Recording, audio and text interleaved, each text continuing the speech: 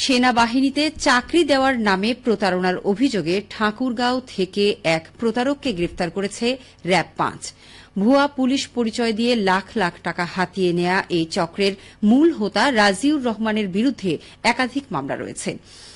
RAB জানায়, দীর্ঘদিন ধরে রাজিউর রহমান নিজেকে পুলিশের এসআই পরিচয় দিয়ে প্রতারণা করে আসছিল। সর্বশেষ রাজশাহীতে নগরীর এক ভুক্তভোগীর কাছ থেকে ১২ লাখ টাকা চুক্তিতে সেনাবাহিনীতে সৈনিক পদে চাকরি দেওয়ার আশ্বাস দেয়। পরে রাজিউরের সঙ্গে যোগাযোগ করতে ব্যর্থ হন ওই ভুক্তভোগী। বিষয়টি বুঝতে পেরে তিনি রাজশাহীর বোয়ালিয়া থানায় মামলা করেন। এভাবে বিভিন্ন ভুক্তভোগীদের কাছ থেকে সরকারি চাকরির আশ্বাস দিয়ে বিপুল অর্থ হাতিয়ে নিয়েছেন এই প্রতারক। মামলার পর র‍্যাব ছায়া তদন্ত শুরু করে। গত শুক্রবার রাতে র‍্যাব-৫ যৌথ অভিযানে ঠাকুরগাঁও সদর থানার বন্দরপাড়া এলাকা থেকে এই প্রতারককে গ্রেফতার করে।